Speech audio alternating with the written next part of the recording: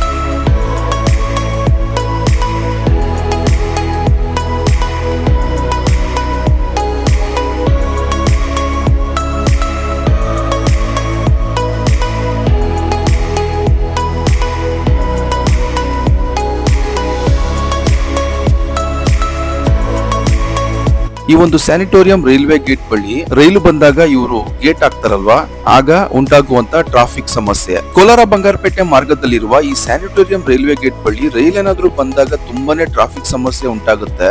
ಈ ಸಮಸ್ಯೆಯ ಬಗ್ಗೆ ನಾನು ಮುಂಚೆನೂ ಒಂದು ವಿಡಿಯೋ ಮಾಡಿದ್ದೆ. ಆ ವಿಡಿಯೋದಲ್ಲಿ ಒಂದು ಆಂಬುಲೆನ್ಸ್ ಸೈರನ್ ಹಾಕೊಂಡು ಈ ಟ್ರಾಫಿಕ್ ನಲ್ಲಿ ಸಿಕ್ಕಾಕೊಂಡಿತ್ತು. ಆ ರೀತಿ ಆದಾಗ ಒಳಗಿನ ರೋಗಿಯ ಪರಿಸ್ಥಿತಿ ಏನಾಗಿರಬಹುದು ಯೋಚನೆ ಮಾಡಿ. ದಯವಿಟ್ಟು ಸಂಬಂಧಪಟ್ಟ ಅಧಿಕಾರಿಗಳು ಈ ಒಂದು ಸ್ಯಾನಿಟೋರಿಯಂ ರೈಲ್ವೆ ಗೇಟ್ ಬಳಿ ಒಂದು ಅಂಡರ್ ಪಾಸ್ ನ ನಿರ್ಮಾಣ ಮಾಡಿದ್ರೆ ಇಲ್ಲಿನ ಜನತೆಗೆ ತುಂಬಾನೇ ಅನುಕೂಲ ಆಗುತ್ತೆ. ಇದು ಬಹು ವರ್ಷಗಳ ಬೇಡಿಕೆಯೂ ಆಗಿದೆ. ಕೋಲಾರ ಬಂಗಾರಪೇಟೆ ಮಾರ್ಗದಲ್ಲಿ ಯಾರ್ಯಾರು ದಿನನಿತ್ಯ ಪ್ರಯಾಣಿಸ್ತೀರಾ, ಈ ರೀತಿಯ ಸಮಸ್ಯೆ ನೀವು ಎದುರಿಸಿದ್ರೆ ದಯವಿಟ್ಟು ಕಮೆಂಟ್ ಮಾಡಿ ತಿಳಿಸಿ ಸ್ನೇಹಿತರೆ. ದಯವಿಟ್ಟು ನಮ್ಮ ಕೋಲಾರದ ರಾಜಕಾರಣಿಗಳು, ಅದರಲ್ಲೂ ಮೊನ್ನೆ ಸಂಸದರು ಕೇಂದ್ರ ರೈಲ್ವೆ ಸಚಿವರೊಂದಿಗೆ ಮಾತನಾಡಿ ಇಲ್ಲೊಂದು ಅಂಡರ್ ಪಾಸ್ ನ ವ್ಯವಸ್ಥೆ ಮಾಡಿಸಬೇಕಿದೆ. ಈ ವಿಡಿಯೋ ಹೆಚ್ಚು ಶೇರ್ ಮಾಡಿ ಸ್ನೇಹಿತರೆ. ಸಂಬಂಧಪಟ್ಟ ಅಧಿಕಾರಿಗಳಿಗೆ, ರಾಜಕಾರಣಿಗಳಿಗೆ ತಲುಪುವ ಹಾಗೆ ಮಾಡೋಣ. ಧನ್ಯವಾದಗಳು.